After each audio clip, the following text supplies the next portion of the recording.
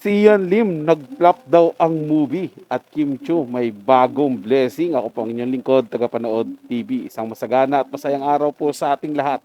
Welcome back po dito sa ating YouTube channel at Facebook page. Panibagong araw, panibagong reaction video po ulit tayo mga tagapanood. Pero bago po tayo magpatuloy, nais ko lang po kayong imbitahan, lalong-lalo na po sa mga bagong napadaan lang dito sa ating channel. Huwag niyo po sanang kalimutan na mag-subscribe.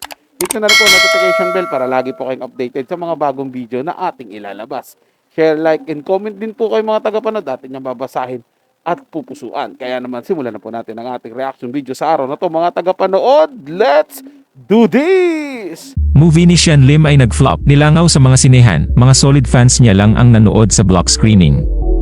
May bagong blessing naman na natanggap si Kim Chiu.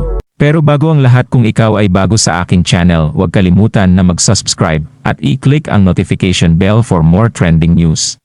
Tila hindi interesado at hindi pinag-aksayahan ng panahon ng mga tao ang movie ni Sian Lim na Playtime.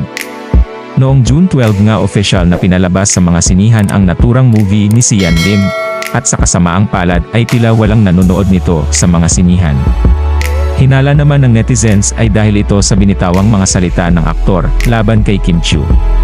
Sa kabila ng pagdiriwang ng holiday, tinambakan ng mga foreign films ang pelikulang Playtime ni Sian Lim.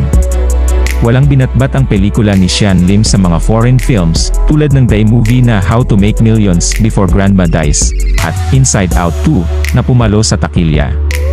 Nakakapanlumo ang sinapit ng local films na nagbukas noong June 12 na holiday pa naman. Magkasabay na nag-showing ang Playtime ng GMA Pictures at Viva Films, at ang Fruitcake ng Cornerstone. Bagamat hindi nakuha ang exact figures ng kinita ng mga ito sa first day of showing, pero ang layo ng lamang ng nakasabay nilang Hollywood film, ang Inside Out 2, na malakas talaga worldwide. Ipinost ni Attorney Joji Alonso ng Quantum Films sa kanyang Facebook account na malakas ang first day of showing ng Inside Out 2. Anya, Inside Out 2 grosses almost 90M on its first day. So people do watch films that they like, regardless of ticket prices. What's next for Filipino films? Nagkomento sa post niya si Mark Reyes na direktor ng Playtime. Ayon kay Direk Mark, if only Pinoys give Pinoy films a chance, and stop the toxicity of equating their personal lives of celebrities from their movie projects. Malinaw ang kanyang hinanakit sa kasalukuyang kalakaran ng movie industry, na tila ba mas binibigyang pansin ang mga personal na issue, kaysa sa kalidad ng pelikulang Pilipino. Samantala, si Kim Chiu naman ay may bagong blessing. Ibinahagi ni Chinita Princess ngayong araw, June 14, 2024 ang kanyang bagong TV commercial ng isa sa kanyang mga endorsement. Ito nga ang dahilan kung bakit absent sa It's Showtime ngayong araw ang aktres. Agad naman na nakatanggap ng congratulatory message, si Kim Chiu. Ani ng fans ni Kim ay sunod-sunod at walang palya ang mga blessings na natatanggap ni Kim Chiu. Sa kadahilanan na rin kasi natahimik lang ito sa mga issue na binabato sa kanya. Dagdag pa ang pagiging mabuting tao ng aktres sa lahat ng kanyang pamilya at mga tagahanga. Ganun naman po realidad dito sa atin ngayon mga tagapanood. Kapag may issue ka, ikaw na tao, may issue ka, lalo't nasa showbiz ka, may issue ka, galing ka sa hiwalayan, galing ka sa mga kontrobersiya, talagang yung ipapalabas mong pelikula, teleserye man yan, talagang magkakaroon ng epekto yan, hihina yan. Ganun po talaga mga tagapanood. Ayaw po ng mga tao na ngayon, yung mga matotoxic na. At bukod sa ayaw ng tao na yung may mga issue nga, yung pinapanood nila, nagkakaroon din po ng kampihan. Like example po dyan, mga tagapanood, si Kim Chiu at si Sian Lim, di ba, nagkahiwalay po yan. Di yung mga fans ni Sian Lim, yun ang manonood sa kanya at susuporta. Yung mga fans naman ni Kim Chiu, siyempre galit yun kay Sian Lim sa nangyari, kaya hindi po yun manonood. Tapos yung ibang mga nakikisawsaw lang sa issue, at kunwaring, ayaw namin dyan sa, sa masamang tao, ayaw naman, ganun. Lilipat din po sa iba, hindi rin yan manonood. Di ganyan din mga tagapanood.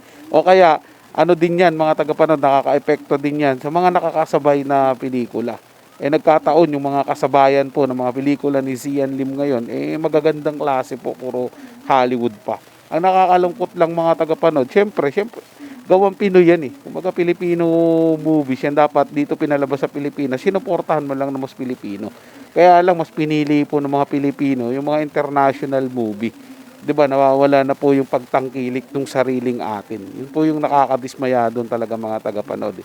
Nasa halip yung unahin natin yung sariling atin, mas inuuna natin yung sa mga banyaga, mas binibigyan natin ng kita o interes yung mga banyaga kaysa sa sarili nating gawa.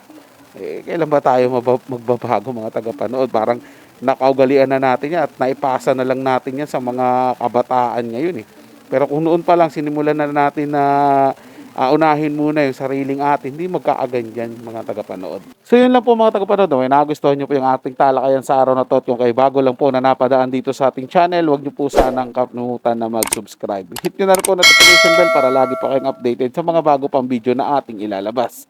Share, like, and comment din po kayo mga tagapanood at inyong babasahin at pupusuan. So hanggang sa muli po, ito yung Tagapanood TV. Komento at opinion lamang, wala pong personalan. Paalam po at mabuhay po kayong lahat.